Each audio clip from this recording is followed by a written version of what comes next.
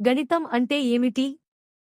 గణితం అనేది సంఖ్యలు, పరిమాణాలు, ఆకారాలు మరియు వాటి మధ్య ఉన్న సంబంధాలను అధ్యయనం చేసే శాస్త్రం.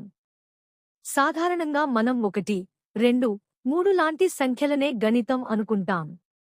కానీ గణితం కేవలం సంఖ్యల గురించే కాదు, కొన్ని గణిత భాగాల్లో అక్షరాలు, గుర్తులు, చిత్రాలు కూడా ఉపయోగిస్తారు. ఆర్థమెటిక్, అంకగణితం. ఇది అడిషన్, సబ్ట్రాక్షన్, మల్టిప్లికేషన్, డివిజన్ వంటి లెక్కల గురించి చెబుతుంది. Geometry, trigonometry. రేఖలు, కోణాలు, ఆకారాలు, దూరాలు వంటి విషయాలను అధ్యయనం చేస్తాయి. అల్జబ్రా. తెలియని విలువలను కనుగొనే ఈక్వేషన్స్ గురించి ఉంటుంది.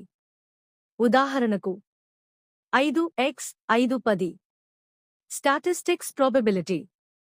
డేటాను అర్థం చేసుకోవడం మరియు ఏదైనా జరిగే అవకాశాన్ని లెక్కించడం ఇందులో భాగం. క్యాల్క్యులస్. వస్తువులు ఎంత వేగంగా మారుతున్నాయి? ఒక వక్రరేఖ కింద ఉన్న విస్తీర్ణం ఎంత? వంటి అడ్వాన్స్ను క్యాల్క్యులస్ ద్వారా తెలుసుకుంటారు. ఇంకా నంబర్ థియరీ, గ్రాఫ్ థియరీ,